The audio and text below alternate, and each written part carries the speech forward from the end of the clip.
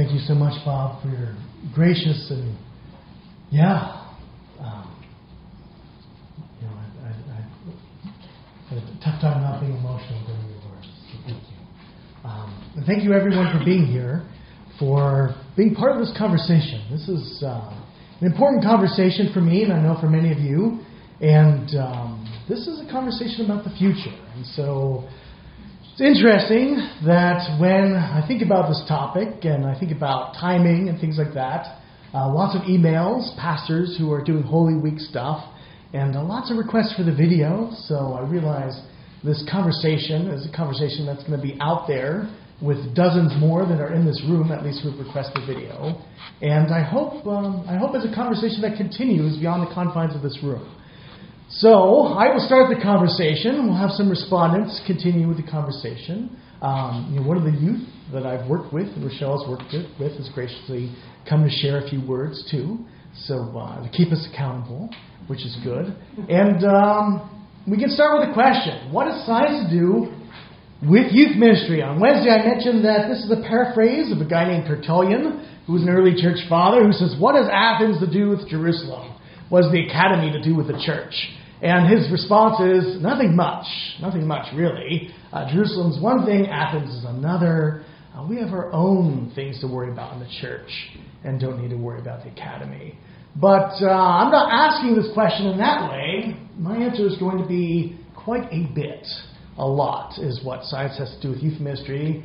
And I'll show you why as we talk about some data, as we talk about questions of authority, as we talk about who are the new icons and saints in the world of youth today. Does anyone recognize the saint in the stained glass window there? He's actually the devil on the bottom. This doesn't work there. The show Cosmos, if you've seen it, Neil deGrasse Tyson. Right? So two different images of who this guy is. Maybe you've seen the show, maybe not. But this is a sort of tension that we're going to articulate today when we talk about the role of science in youth ministry.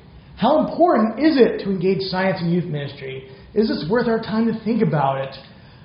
What about authority? What about the cost of ignoring science in youth ministry? What happens to youth when you ignore science?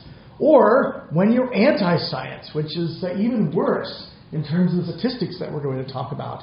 And then I'm going to give you advice. I'm going to be very practical and try to actually do something that few academics do, is actually talk about how to do this practically in a pedagogical sense. What's the way forward? And the steps I'm going to give you are grounded in lots of data, lots of sociological data, and also my own experience, which I'll talk about a bit on both sides of the divide between youth and college. And so I work with both. And I've seen a lot of accounts of faith changing or diminishing and the reasons why. So we can start with some data. Talked a lot about statistics on Wednesday. I'm not going to repeat those. But if you were there, you know that there's less biblical authority than there was in the 1970s. That quarter of Americans think the Bible is just a bunch of fables that are invented. Less than a quarter believes that you could trust the Bible, and 50% of Americans are in between. But everyone loves science, right? Or at least 80% of Americans see science as the highest authority in terms of public interest, in terms of what they say being true. The same group that's polled, and this is the Pew study in 2019 this year, says only 49% place confidence in religious leaders to be trustworthy. Right? We're not talking about the Bible here, a much less percentage. If you look at people under 30, some of those numbers go down to 13%, believe that Scripture is trustworthy. This is religious leaders. So these are just leaders, almost 80% confidence in scientists, less than 50% confidence in religious leaders. If we talk about what science produces versus Scripture, those numbers are much more extremely skewed. We talked about those Wednesday, and they're in my paper. And at the same time, churches are noticing that lots of youth leave, starting at the age 15, and don't come back. Lots of these youth will leave in college. 60 to 90% of Christian young adults turn their back on faith in college. And in my paper, I think I cited about 12 different studies, which is where that range comes from. Some of those are just interdenominational studies or within one denomination like Southern Baptist. Others are more comprehensive, and you can look at those, and there's some websites there. 75% of Christian youth leave the church after high school, even when they don't go to college. And so it's not college. What's interesting, this data has shown, and follow-up studies have shown, it's actually not college. That's the problem here, if you see this as a problem, right? One author of Psychology Today says, this is wonderful news, right? The Bible's losing authority. Youth are leaving the church. This is wonderful because all religion does is undermine science. And so this is a recent issue of Psychology Today. Sees this data as really good. If you're of that opinion, right, then a lot of this talk probably won't apply to you, but I'm guessing that's not where you're at. So I'm going to assume that you're wondering what reasons are youth giving for leaving the church starting at age 15. One major study done by the Barna Group, and David Kinnaman's the author of the book You Lost Me, which we'll talk about, says issues of science are one of the significant points of disconnection between the next generation and Christianity. They did research following up on 59% of young Christians who disconnected after the age of 15 stopped going to church. So they followed up with them, did interviews, had a huge collection of data, and they're trying to find trends in these interviews and these conversations. And they found that with this group, they found 6 significant reasons why. They have this in their book. They post this on their website. If you look at the percentages, they don't put them in the order of the major percentages, which is interesting. But if you look at the percentages, you'll find that the number one reason is science. The number one reason youth give for leaving the church and not coming back has to do with science. Some responses they gave are 35% of this group said Christians are too confident that they know all the answers about science. And this is often in the young earth creationist context. Oh, well, you don't want to know the answer about this. I'm going to tell you. It's right here in Genesis. End of discussion. The Bible says it. You believe it. That settles it. Churches are out of step with the scientific world we live in. 29%. Christianity is anti-science. 25%. And 23% turn off by the creation versus evolution debate. Other reasons youth give are doubt is another huge one. So the percentages on doubt are, again, around 35% that they feel the church is not a safe place for them to express intellectual doubts. And so a lot of these reasons actually have to do with these sorts of trends. And lots of data here we talked about on Wednesday, even more. But I'm going to switch so we can get to some more practical applications to my own experience on the other side of the youth divide. So I teach at USF. I've been doing that for almost 10 years, which is hard to believe, just shy of 10 years. And every class I have a homework assignment, a homework set. So first set, second question, I ask, do you believe God could exist? And do you think your belief is reasonable? And this is asked in different sorts of classes. Some of them are philosophy and religion. Some of them are great philosophical questions. And so there's a different group. But what's interesting is in the data set of over 1,000 that I have with this question, if I start going through it, these are pretty typical answers. Currently, I see no visible or immediately believable proof of any God, and there are scientific explanations for many things attributed to an almighty power. I was raised in a Christian household, but being a more rational person, I could not accept the explanations offered to me. And then when I look through this, the vast majority, I would say over 90% of responses to this question, cite something to do with science, either for belief or against belief. People who do believe in God still at this point, 17-year-old freshman or a sophomore or a junior or a senior, will often cite science in their belief about God. Here's one that does believe, which is interesting. You can see the trajectory here. I do believe that there could in fact be a God. I think my belief is rational and could be plausible. My belief is that there is a God, and that if there is a God, then He is the greatest scientist ever.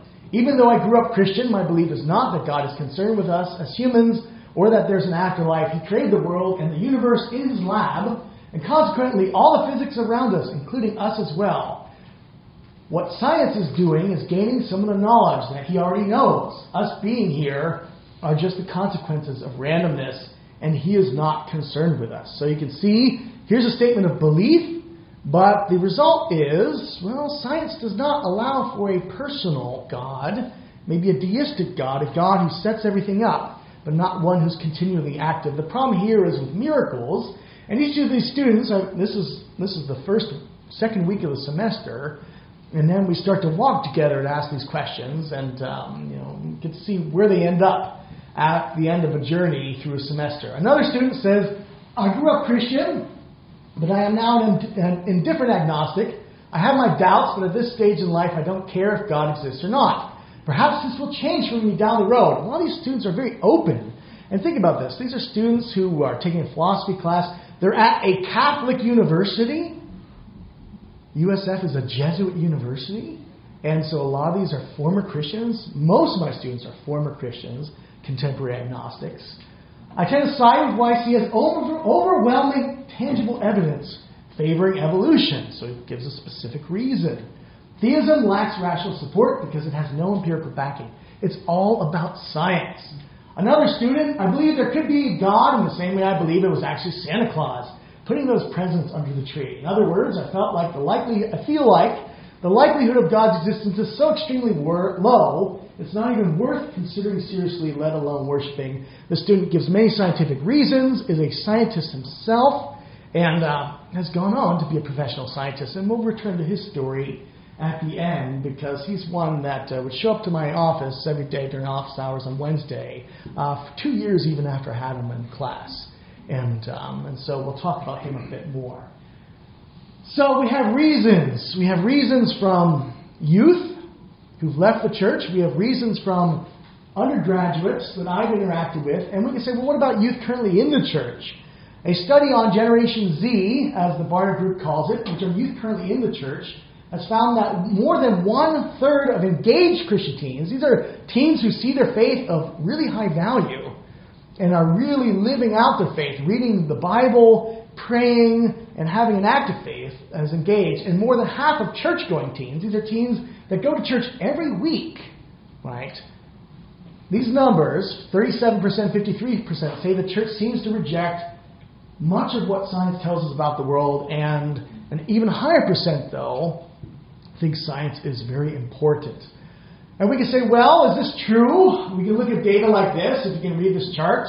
This is a group of American Protestant pastors, which is a representative survey across the board. And the question is, do you believe God used evolution to create people? Right, so God is in the picture, but evolution is also in the picture.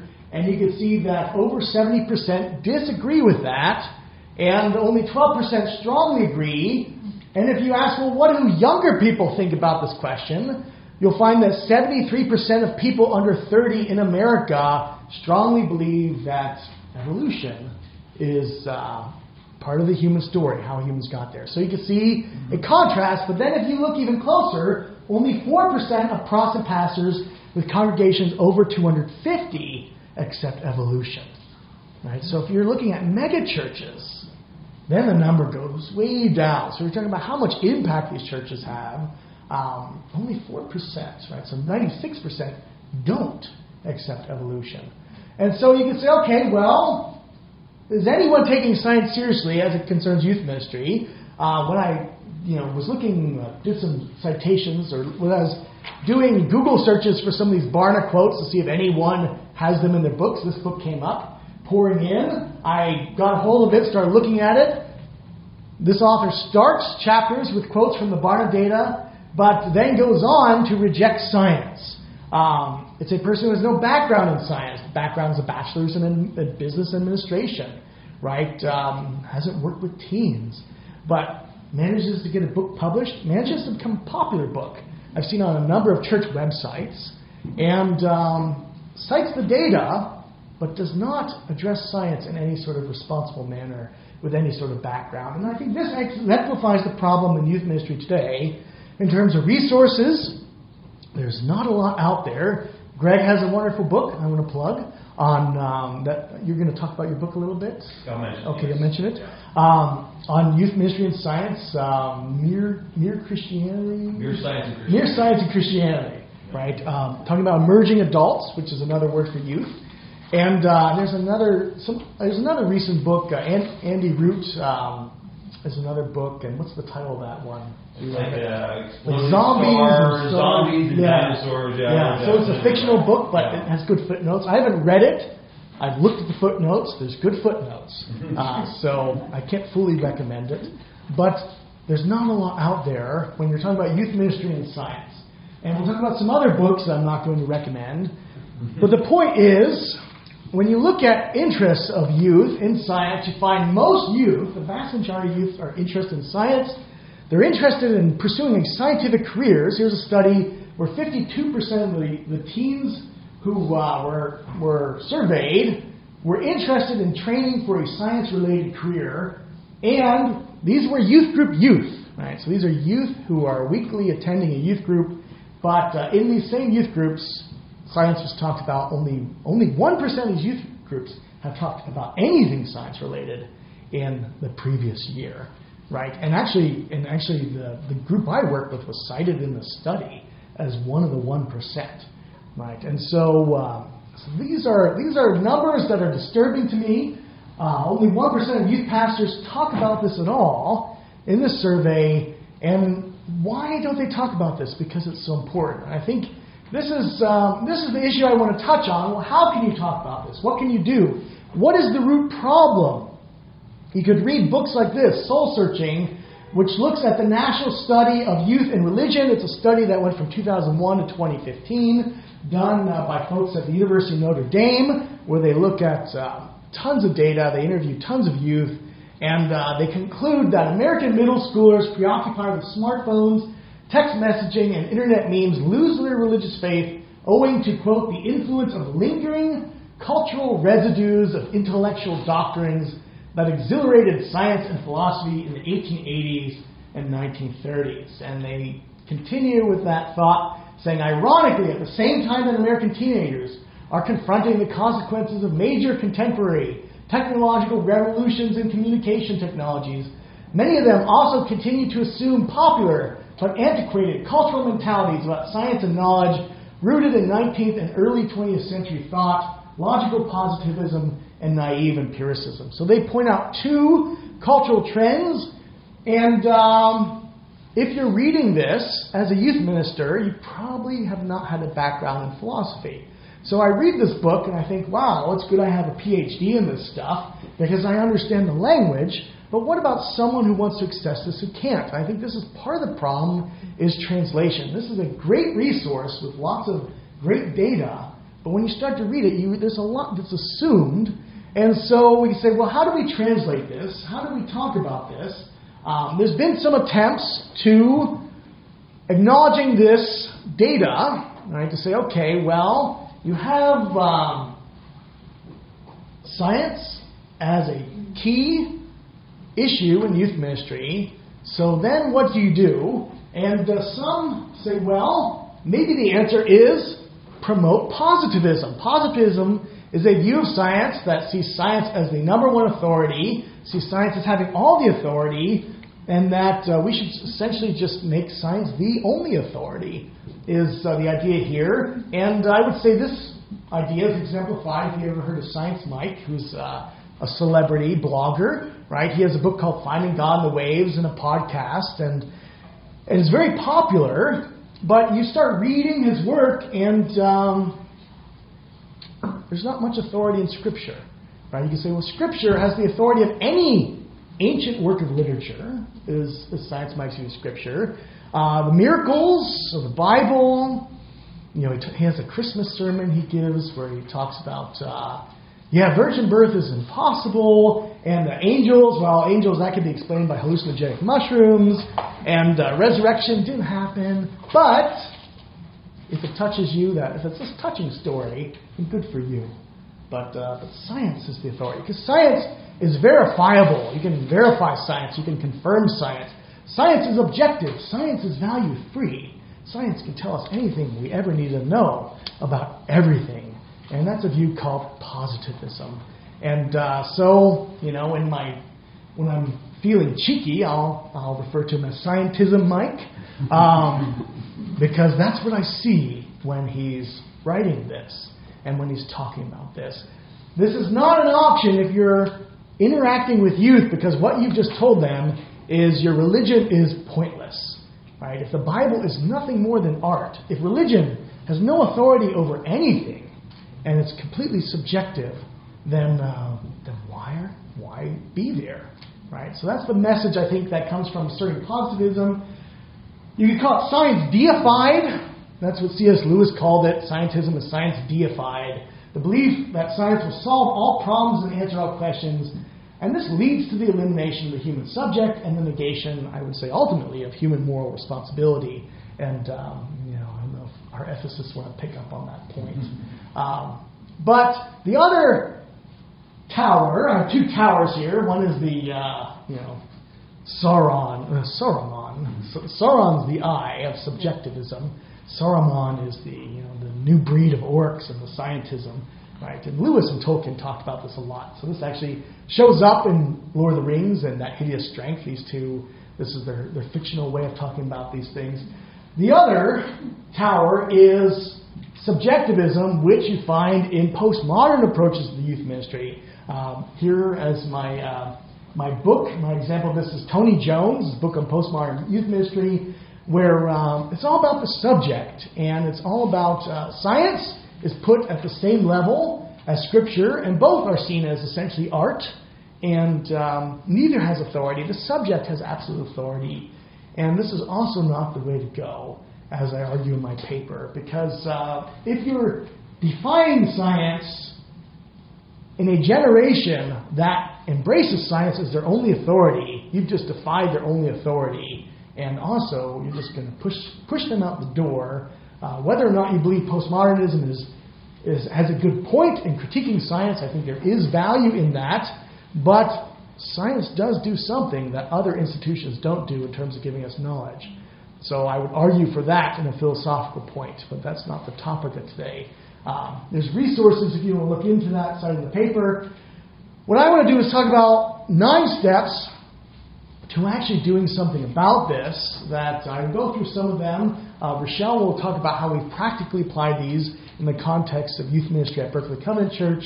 And step 1 is listening and learning where youth are at. And I have your youth. If you interact with youth, I think it's important to make that a personal conversation, not just, you can look at the statistics and say, oh, well, generally youth are out here, so I'm going to, 7 out of these 10 are going to love science. Which 7? Right? It might not always look like that, but it's a good guide. But have conversations. Sit down, have a coffee. Say, what are the issues in your life that are important? And listen, learn. Step 2, as you start to listen and learn, you're going to hear lots of false dichotomies. I guarantee it. And then you start exposing these. Help them to think, ask questions. God versus Science on the cover of Time magazine. If you think about that for a second. Richard Dawkins versus Francis Collins. Wait, both are scientists. Francis Collins finished the Human Genome Project, but he happens to be an evangelical Christian. But he's one of the best scientists alive today. Richard Dawkins, he's also a scientist. Well, which is science? Which is God? Some people worship Dawkins as a god. Is he the God side? Is Collins the science side? Is it a false dichotomy? Faith versus fact. As if there's no role for faith in the development of what we call fact. Right? Who here assumes the law of non-contradiction? Right? Perhaps you do, perhaps you don't. Give me a good reason why without using the law of non-contradiction. Right? Well, that's where faith comes in. We have assumptions. Creation versus evolution. Evolution is an inherently theistic word. That means the unfolding, the revealing. Darwin actually didn't use evolution because it was loaded with religious teleology, religious purpose. Right? So he didn't like that term. So this is a word that has changed meanings, but even today you think, well, is it not going anywhere? Do we know the laws of evolution? What about convergence? What about fine-tuning? There's so many aspects in evolution. It's a much bigger picture. So to say that they're automatically opposed is a false dichotomy. Miracles versus natural law. Originally, people thought God created these natural laws. And so how can you say God created the laws that then God can't intervene with? Lots of false dichotomies all over the place, but thinking deeply about them. Viewing doubt as a doorway to deeper faith, I'll talk about more in a moment. Instructing youth on how to think critically and not simply what to think. I'll talk about that too. Teaching some history of science as it relates to faith. I'll go more into that one. And then step 6, introducing some philosophy of science in proportion to the stage and the age of youth. I'll talk a little bit about that, which has to do with what science is and what it isn't. Challenging widespread myths about the history and nature of science. I'll talk about that. Using creative mutual interaction as the method of choice. This is a method that Bob Russell has worked on and developed over many years. And you can see the citation where he talks about that. But a youth version of this is what I'm talking about in terms of this interaction. And step 9, seeking always to stay honest and humble. And that leads you into step 1, which is listening and learning. And this is a hermeneutical circle, if you know that phrase. Right? You can jump in at various places, but one step leads to the next, and then it leads back to the beginning, and you continue the circle in every context. And this is a law of ministering to youth. So in giving it an acronym, I thought it would be appropriate to call it Leviticus. So all those letters line up to Leviticus. Very right? good. And so it's the law of ministry. That's what Leviticus means, pertaining to ministry, pertaining to priesthood. Right, so you can think about, okay, how do these steps work? I talked about the first 2, and I'll talk about step 3, viewing doubt as a doorway to deeper faith. The number 2 reason that youth give for leaving the church is that the church did not know how to handle their doubt.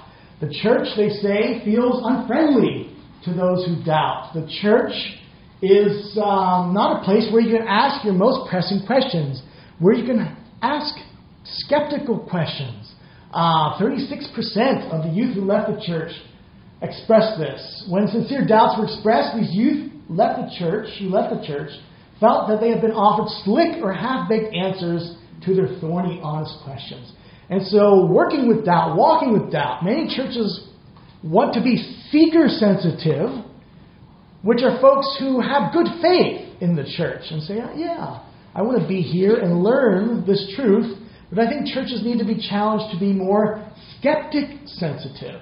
Because there's many skeptics that feel like they have no place in the church. And if we think about this, we say, well, where is it written? That's something the covenant tradition asks. And we can look at the questions that Thomas raised. When Jesus was risen from the dead, Thomas is there. He says, well, I'm not going to believe unless I see. And what did the other disciples do? They say, oh, get out of here, Thomas. You're a skeptic. We want nothing to do with you. Right? They walked with him. They were patient with him. Right? Maybe it raised some of their own doubts. What did Jesus do with Thomas? He showed him. He showed him what he needed to see to get to a deeper level of faith than the other disciples to make the proclamation, my Lord and my God, which is something that none of the other disciples had made at that point.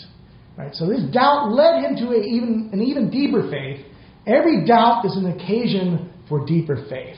And one of my favorite authors, a guy named George MacDonald, he was a mentor of C.S. Lewis and Tolkien, a spiritual mentor. He lived before them. But he writes, a man or woman may be haunted with doubts and only grow thereby in faith. Doubts are the messengers of the living one to rouse the honest. They are the first knock at our door of things that are not yet, but have to be understood. And theirs in general is the inhospitable reception of angels that do not come in their own likeness. Doubt must precede every deeper assurance. So MacDonald is one who writes a lot about doubt. If you read his novels, you find the constructive role of doubt in his characters as they grow in a deeper faith. And this is a sermon on Job. This reference is from a sermon on Job he gives in a book called Unspoken Sermons. And so doubt is a doorway to deeper faith. When people start doubting, then they start thinking critically. And this work in emerging adults has found that critical thinking is something that is in short supply today in terms of making decisions and how to make them. Souls in Transition authors Christian Smith with Patricia Snell say the majority of emerging adults simply don't know how to think about things. On such matters, they are very often simply paralyzed, wishing they could be more definite, wanting to move forward, but simply not knowing how they might possibly know anything worthy of conviction and dedication. So they're looking at this research, and they're finding that folks are afraid of making decisions, afraid of hurting people, because there's so much information out there. How do you know what's right? You're overwhelmed with information from the internet. How can you possibly determine which information is right and which is not? So critical thinking is needed more than ever before. There's ways to do this. One way I do this is by looking at truth claims. I give you a citation for a standard list of ways of evaluating criteria for evaluating truth claims. Things like logical consistency, or agreement with science, or personal meaningfulness, or agreement with culture, things like that. And what I've done is, in my philosophy classes and also when I work with youth, I see what folks rank as the number one criteria, and then we can go from there. If my first criteria for truth is different than someone else's first criteria for truth, well, that's going to be a different conversation. If we both say yes, we both like science is number one, then that's another sort of conversation. If we both say that Scripture is number one, then that's a different conversation. The point is listening, learning, getting them to think about their cognitive structure, getting them to think about how they think is the point of critical thinking. We can say a lot more on that. We're going to move on to history of science. Teaching some history of science. How do you do this? Well, you can start with resources that talk about history of science. I recommend some of those. Specifically as it relates to faith, the reason why for this is statistically, most youth and most undergrads see science as the number one authority in their world. This is the number one authority for testing truth claims. And this, when I ask undergrads, this is always number one for every single class, right? Regardless of how religious folks are. So you can guarantee that science is going to be important. It might not be number one for everyone, but statistically it's always the top.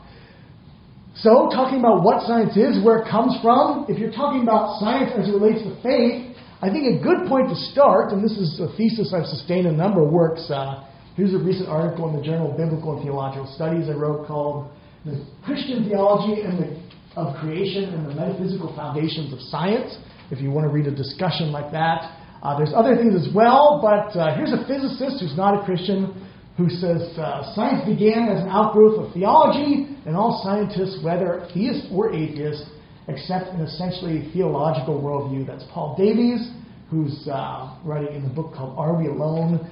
And why would I say that? Well, if you look at the foundations of science, if you look at the history of science, if you look at who the scientists are, you will find that there's this overwhelming presence of Christian theology in Christians. There's two books where I talk about this. The Brill book is a lot more academic, as you can tell by the cover. The lower book is for undergraduates and talks about the same sorts of things. But you find the modern scientific method occurs within Christian mysticism, actually in the Middle Ages. The guy named Nicholas Cusa. You find that concepts that have been foundational to the development of science arose within Christian understandings of creation. Things like the laws of nature are originally a theistic concept. The unity of physics, that the same physics in heaven should be the same as the physics on earth, is something that goes back at least to Basil of Caesarea. The rationality of the cosmos goes way back. The intelligibility of nature, inertia, right? The principle of the conservation of momentum, right? Angular momentum with a spinning top was first described by Basil of Caesarea, right? Linear momentum is described later, and Galileo gets his idea of conservation of momentum from Basil of Caesarea, who lived in the 300s and was describing it as a theological way of understanding the unity of creation against Aristotle. There's a lot of work on that. If you want to start with my stuff, it's out there. But there's a lot of other stuff out there too. The point is, history of science is very friendly to faith. You can look at particular scientists. I listed as many as I could get on a slide, and then I'll say their contributions. Didn't put first names because I didn't want to squeeze. Nicholas Steno, father of stratigraphy and paleontology. Blaise Pascal in chemistry. Johannes Kepler, Isaac Newton, Max Planck, Lisa Meitner, the mother of fusion.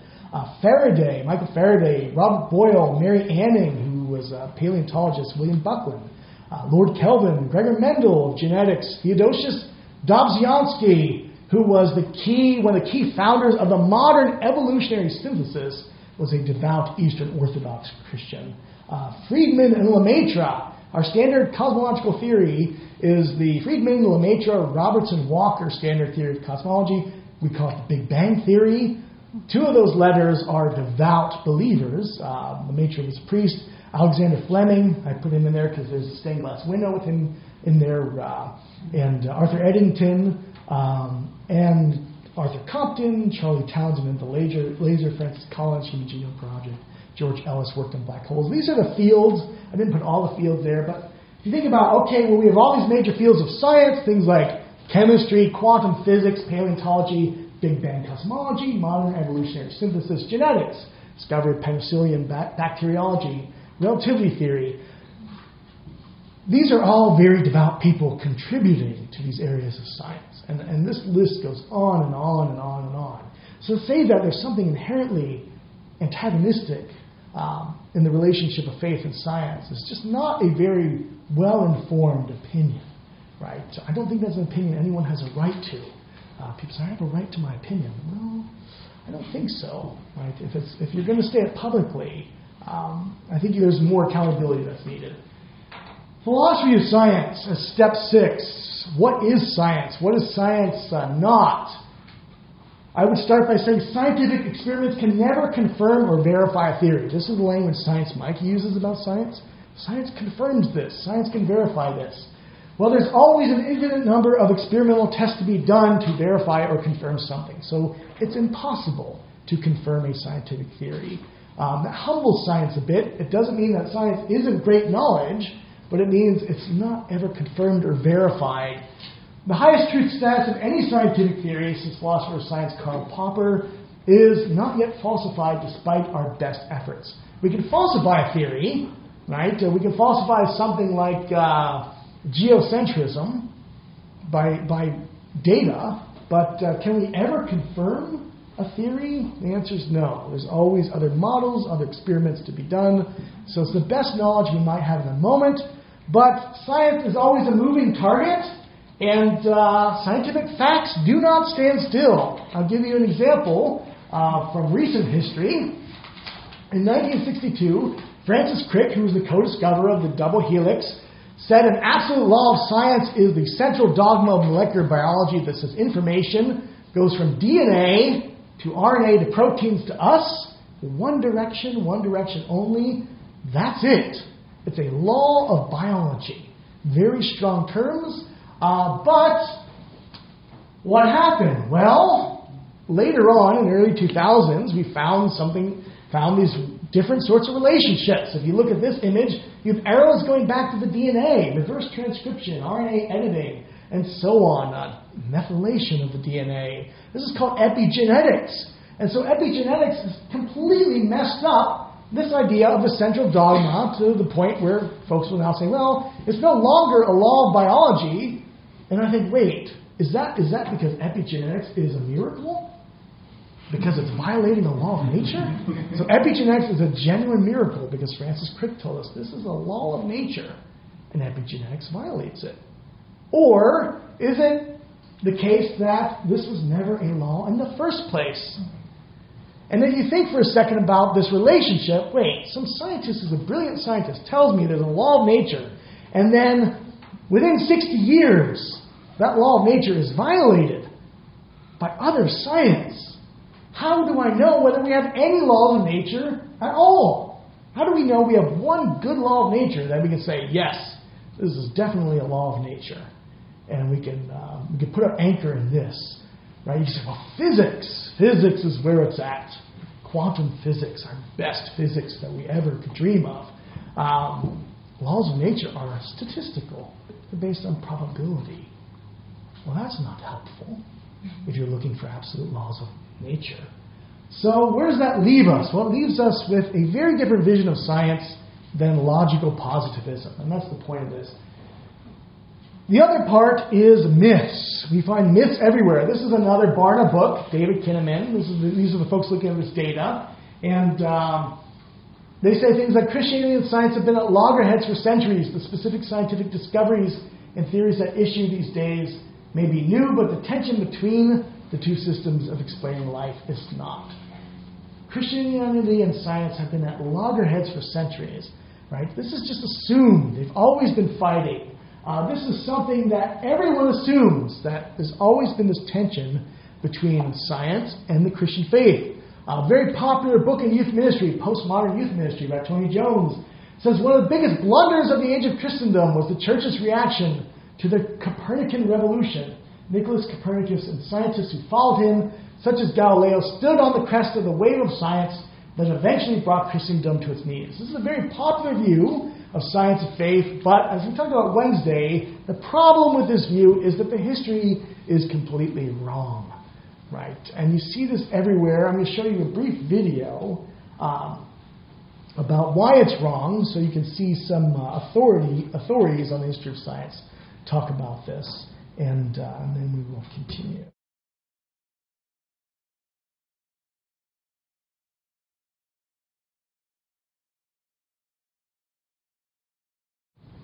So we have a story that's different than the story that most people hear. Right. You can think about the story of science and religion always being at war, and then you can look at, well, who studies science and religion? Who are the scholars in this? And you find a unanimous understanding among them. Principally, who's a Johns Hopkins professor in both the chemistry department and in the philosophy of science department. He has multiple PhDs. Right. He says, well, there's not one professional historian of science who would say that there's ever been a war between science and religion. So as an accomplished scholar, he will make that claim, and he's not alone. But yet, we find myths, false myths everywhere, that these scholars are trying to put to rest. Things like that medieval Christianity was inhospitable to science. The idea of the Dark Ages is a complete myth. The church banned human dissection. Actually, the church, particular popes, encouraged human dissection. That Pope, one of them you find in Draper and White, is Pope Calixtus III, excommunicated Halley's Comet. Right? Why would a Pope excommunicate a comet? Doesn't matter. It's not true. There's no historical basis for it. That people used to believe in a flat earth never happened in the Middle Ages. No one at the time of Columbus thought the earth was flat. That's a contemporary problem, not a medieval problem. Heliocentrism was resisted because it demoted humans from the center of the cosmos. There's no historical evidence for this in terms of the time of Copernicus or beforehand. Galileo was tortured and imprisoned by the Inquisition. Some would even say executed. Again, complicated story, but this is not true in this version of it. If you want the details of Galileo, I can give you lots of references, including the stuff I've written about it. The church opposed vaccination, anesthesia. Darwin's origin was met with universal resistance from Christians. Some of the biggest promoters of Darwinism, like Asa Gray, were evangelical Christians. Gray was a professor at Harvard as well as a scientist. And so these are some of the myths. You see them in books like this. Dan Brown, Angels and Demons, that's fiction. There's a whole history of the concept of zero that condemns the church for banning zero, which never happened. Atheist Universe, which is the Thinking Atheist book, has a lot of these myths. I actually taught a whole class where I think I started with the Atheist Universe. Here's a claim, and we're going to tell you why it's completely false. And that class is online. If you're looking for resources, you can watch those lectures. The point is, challenging myths is important because a lot of people coming into your church or into your context are going to be believing these myths because they're all over the place. And there's resources to do this. You don't have to take my word for it. There's plenty of scholars out there who have spent their lives doing this. There's a Harvard professor who has spent her whole life trying to undo the whole church banning human dissection myth, and named Catherine Park. And she has several books, and she interviewed by the New York Times. She says, I don't understand why I can't make a dent in this myth. Right? There's stuff that's been complete church councils that were cited by Draper and White that are completely invented, never even happened. Right? They're ghosts, literary ghosts, but yet you can't put these myths to rest. That's on the, you might say, defensive side, right? trying to clean up what's wrong, but then finding a positive interactive side is the other part of it. And this is where creative mutual interaction comes in. When you have something that comes from faith or theology and something that comes from science, how do you bring them into conversation? Right? How do you bridge science and religion where both parties have something of value to contribute? Right? We can talk about the creation of the universe as a good example. And you say, well, how do we interpret, how do we understand the Big Bang, which is a beginning of the cosmos, with the idea that there's a beginning in this Jewish and Christian understanding of the cosmos, and Islamic as well, right? But if you're looking at your scriptures, and you're thinking, okay, well, we have this beginning, how do we make this make sense? There's many practical ways to do this, but to start thinking about this conversation means, first of all, doing your homework, taking the science seriously, but I would say also taking your scriptures seriously. If you're in the Christian tradition, that means going back to Hebrew and Greek. Sometimes the simplest thing to do is just put some Hebrew up there and talk about the range of meaning of the various words in Hebrew. And that gives us a certain humility when we think about, well, what is the range of meanings of oath, right?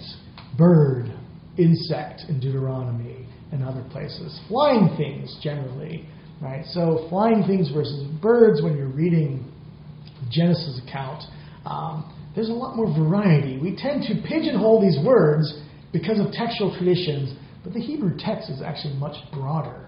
So you can say, well, we don't actually know exactly what it means. Maybe that might disturb some folks in the church, that we don't actually have full control over this text. But we can open up the text through its original languages to be a bit more humbled by it in the way that we're humbled by the universe. And what this does is it builds what's called cognitive resistance to modern secular assumptions. This is from the work of Smith and the folks at Notre Dame with the National Youth Survey and Religion. They say this is extremely important in fostering religious commitment during emerging adulthood for nourishing meaningful lifelong religious faith. They say if you want youth to continue faith, you have to give them the skills to have cognitive resistance to assumptions that are out there. Get them thinking their own thoughts, but especially in different terms. Miracles is very important in this, actually. Belief in miracles helps to build cognitive resistance when it's done in a way that meaningfully talks about laws of nature and modern science, which is some of the finding. Last step is seeking honesty and humility. And this is, I think this is, in some ways, the most important step. We could put this as one, but this is the one that leads into listening and learning. And we can think about this question for us, right? I could ask for a show of hands. How many here think that you know a truth that is worth telling someone else? Anyone think they know something true that's worth telling to someone else? Pastor Andrew, nothing worth preaching about, right? No hand. But you might have something you think is worth telling, some sort of truth. And you can think about your own truth. How many here believe that you know the limits of your own intellect and knowledge? Have you ever thought about the limits of your intellect? Can we say some limits? Some limits? Yeah. And so that process of seeking out your limits, this is what intellectual humility is about. Right? It's assessing the limits of your own intellect and knowledge, realizing there's a lot more I don't know than what I do know. I used to have a Greek professor that would tell me, I have forgotten more Greek than you will ever know. And I believe that was true, right? Because the things he knew, he could read these ancient inscriptions and do amazing things in Greek. And I never got, to that level of being a professor in Greek in multiple, the whole history of Greek, right? I could read different periods of Greek, but to have that level, but he's forgotten so much. And so realizing, I don't know as much as I think I know, that should humble me, and that should humble everyone. Science is awfully a humbling process. It doesn't always do that. Most people who are doing the actual, front lines research are usually more humble than those who write about science and think they know something about science. But the limits of knowledge, limits of intellect, This is essential. There's a recent book on intellectual humility as an approach to the philosophy of science, that all scientists need this in order to pursue science. And this is, they argue this is essential for scientific investigation. I would argue that this is also essential for understanding any genuine encounter with God, for understanding God's truth, you can say. And I'm not alone in that. Someone once said, "Truly I tell you, one will never enter the kingdom of God unless they're willing to change and turn back and humble themselves like a child who is just beginning to listen and learn." That's my very literal translation. The word there for child is someone who's just beginning in pedagogy, right? A child in training. And so I think this is an appropriate place to end when we're thinking about youth, right? In order to enter the space of humility, we have to be like a little child. We think, okay, maybe what I've learned isn't as impressive as what I think. And that will put me into interaction with other folks and in conversation with all these different sources, and then we're having that conversation together. And so these are the steps that I've used in my own teaching, in my own work in youth ministry, and I found them effective. They continue the story of the guy who said there's not a God, or the likelihood of God is as likely as that of Santa Claus. In October 2018, I received a message from a person. This is Michael Jones does videos. He does videos on miracles and science, and this is one of his videos where he cites me as a talking head, sort of talking about miracles and quantum physics. I'm talking about how quantum physics is statistical and tying that into the question of laws of nature. And right, he's a very popular YouTube video creator, 82,000 subscribers at this point. I think that number's up to 90,000 subscribers. And right, and this video alone had something like 27,000 views, which is more. I think if I put a video, the video of this will probably have 10 views or something like that, maybe more, hopefully more. The point is, because he likes my stuff, he asked me to be his Facebook friend, like you do, and then he saw this posted on his miracles video. Joshua Morse was my professor and helped me to bring me out of atheism. And this is the student who talked about not believing in God or God being at the same level as Santa Claus, right? That would meet me every Wednesday and we'd have this conversation. And I had no clue that at this point, he wrote me an email right around the same time that said, by the way, I wanted to thank you because I think you inadvertently turned me into some kind of Christian. Right? And, among other things he was saying. And so going through these steps, right, mentoring this college undergraduate who had left faith because of science, but then, and had really loved Richard Dawkins and Bill Nye the Science Guy and all these popular voices of science, but then coming back through the process of exposing myths, through the process of teaching some philosophy of science, through the process of looking humbly at where our authority comes from, and listening. Where are you at? What are your questions?